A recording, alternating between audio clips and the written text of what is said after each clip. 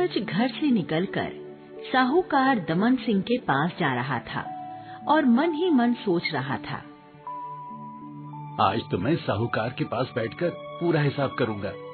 इतने दिन हो गए, मैंने तो उससे सिर्फ 1000 रुपए ही कर्ज लिया था। अब तक तो कितने पैसे चुका बैठा हूँ। उल्टे मेरा ही कुछ उसकी तरफ निकलता होगा। उसने हिसाब नहीं लगाया होगा और हर महीने लठैत को मेरे पास सूद लेने भेज देता है। सूरज अपने मन में सारी योजना बनाते हुए साहूकार के पास पहुंच गया।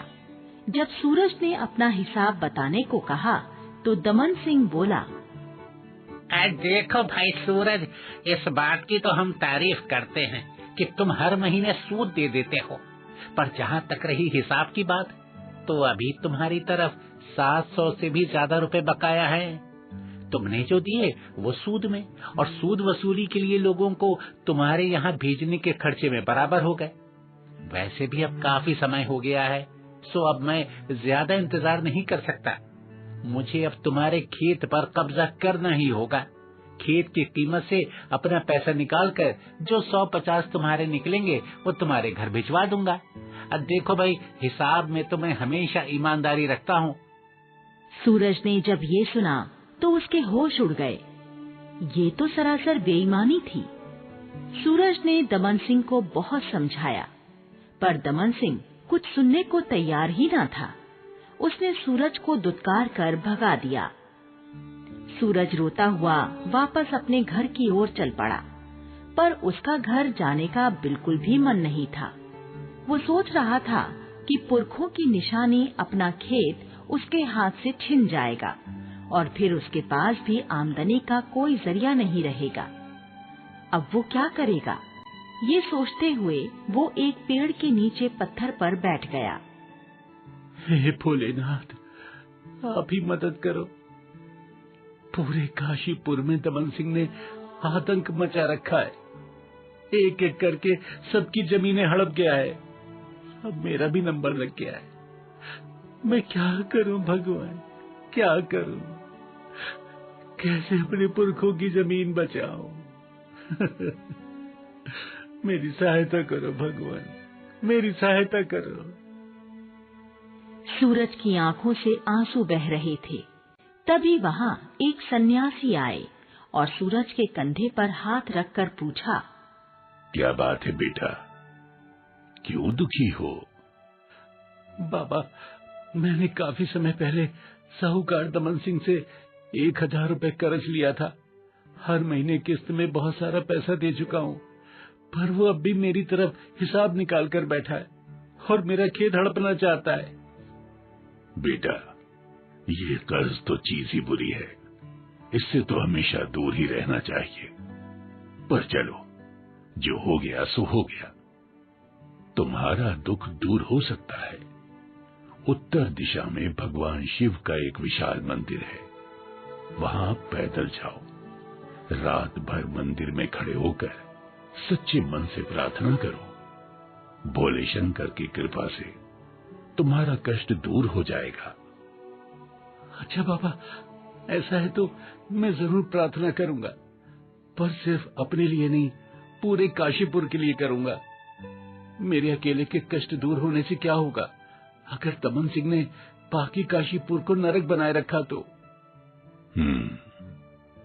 तुम्हारे विचार अच्छे हैं पुत्र, तुम्हें अवश्य सफलता मिलेगी। सूरज ने सन्यासी के चरण छूकर आशीर्वाद लिया और मंदिर की ओर चल दिया। पैदल चलते चलते वो शाम तक भोलेनाथ के मंदिर पहुंच ही गया। भोलेनाथ का मंदिर देखकर उसकी आंखों में चमक आ गई। सचमुच विशाल और भव्य मंदिर था। सूरज ने पुजारी के चरण छुए और मंदिर में एक तरफ खड़े होकर प्रार्थना करने लगा। जय भोलेनाथ, जय भोलेनाथ, जय भोलेनाथ, जय भोलेनाथ, जय भोलेनाथ। पूरी रात सूरज मंदिर में खड़ा रहकर प्रार्थना करता रहा। भोर काल में सूर्योदय से पहले भोलेनाथ ने सूरज को दर्शन दिए। सूरज, आंखें खोलो सूरज। बाबा भोलेनाथ, आप। जय भोलेनाथ, जय भोलेनाथ। सूरज भोलेनाथ के चरणों में गिर पड़ा। बोलो पुत्र, क्या चाहते हो? महादेव, दमन सिंह ने हमारे पूरे काशीपुर को अपने चंगुल में जकड़ रखा है। उसके चंगुल से आजादी दिलवा दो भगवान, उसके चंगुल से आजादी दिलवा दो। तुमने कल सुबह के बाद से कुछ खाया नहीं है, पहले कुछ खा लो। क्या खाना पसंद करोगे? भगवान, मैं तो रूखी सूखी खाने वाला हूं, मेरी कोई पसंद नहीं है। फिर भी तुम युवक हो, कोई तो विशेष इच्छा होगी। अब भगवान, आप कहते हैं तो कई दिनों से मेरी खीर पूरी खाने की इच्छा हो रही है। ठीक है, तुम खीर पूरी खाकर पहले तृप्त हो जाओ। सूरज के सामने खीर पूरी का थाल आ गया और भोलेनाथ अंतर्ध्यान हो गए।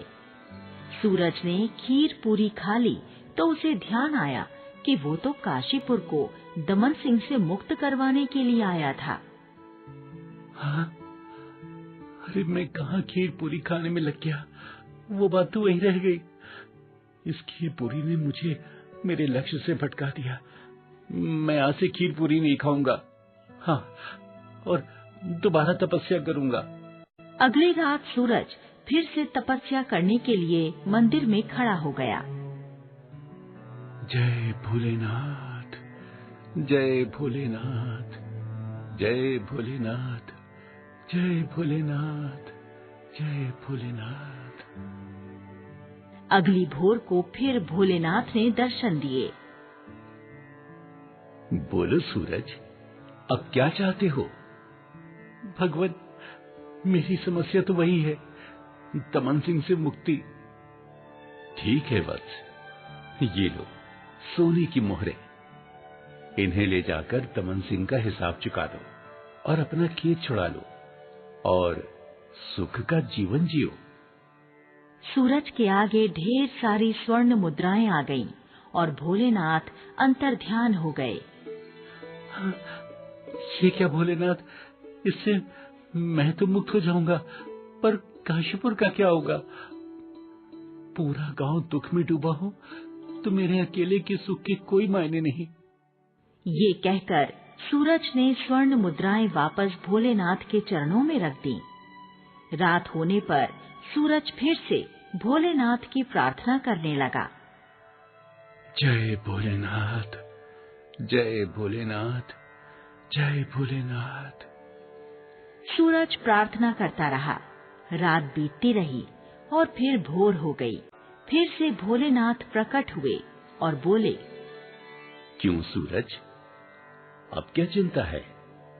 मैंने तुम्हें इतनी मुद्राएं दी हैं, तुम्हारा सारा कष्ट दूर हो सकता है। बाबा भोलेनाथ, मेरा लक्ष्य सिर्फ मेरे अकेले का सुख नहीं है, मैं तो पूरे काशीपुर का सुख चाहता हूँ। मैं अकेला सुखी हो जाऊं और काशीपुर वालों का जीवन नरक बना रहे तो मैं कैसे खुश हो पाऊंगा भगवान? भोलेनाथ के चेहरे पर मुस्कान तैर गई। सूरज, मैंने तो तुम्हें लक्ष्य से भटकाने की कोशिश की, पर तुम नहीं भटके। जो इंसान अपने लक्ष्य से किसी तरह नहीं भटकता, उसे ही लक्ष्य प्राप्त होता है।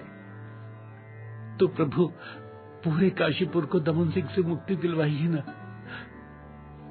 ठीक है वत्स, ये स्वर्ण मुद्राएं तुम रखो, इन्हें गांव की भलाई में लगाना। तुम दमन सिंह के पास जाओ और उससे कहो कि मैं पूरे गांव का कर्ज चुकाने आया हूं, सबका हिसाब दिखाओ। और अगर तुमने बिना हिसाब के लोगों को परेशान किया तो मैं सिपाहियों को बुला लूंगा। जी प्रभु, मैं ऐसे ही करूंगा। जय भोलेनाथ, जय भोलेनाथ। तुमने अपने साथ पूरे गांव वालों की भलाई के लिए प्रार्थना की, इसलिए मेरा आशीर्वाद हमेशा तुम्हारे साथ रहेगा। ये कहकर भोलेनाथ अंतर्ध्यान हो गए। सूरज ने उन मुद्राओं में से कुछ मुद्राएं खर्च कर आलीशान कपड़े खरीदे और शान से चलता हुआ साहूकार दमन सिंह के पास पहुंचा। साहूकार दमन सिंह उसका बदला रूप देखकर चौंक गया। सूरज ने बिना समय गंवाए उससे कहा, साहूकार दमन सिंह, मैं पूरे गांव वालों का कर्ज चुकाने आया हूँ। हिसाब दिखाओ और पैसे ले लो। भैया ये तो अच्छी बात है। देखो मैं तो हिसाब का पक्का हूँ, हिसाब से ऊपर किसी से एक पैसा भी नहीं लेता। अभी दिखाता हूँ। ये कहकर साहूकार अलमारी के पास पहुंचा और अलमारी खोली, पर वहाँ तो हिसाब किताब की कोई किताब ही नहीं थी। दमन सिंह घबरा गया। उसने दूसरी अलमारी खोली, वहाँ भी कोई किताब न थी। अब तो उसके चेहरे पर पसीना आने लगा। वो तीसरी अलमारी की तरफ बढ़ा, उसे खोला तो वहाँ भी कुछ नहीं था। वो धड़ाम से फर्श पर गिरकर बैठ गया। दमन सिंह, तुम्हारे पास तो कोई हिसाब नहीं है। तुम ऐसे ही गांव वालों को परेशान करते हो।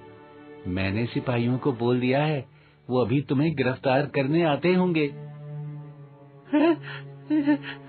ये क्या कह रहे हो? अरे अरे, मेरे बही खाते कहाँ चले गए? अब मैं क्या करूँगा? भागो भागो। ये कहते ही दमन सिंह और लठैत भाग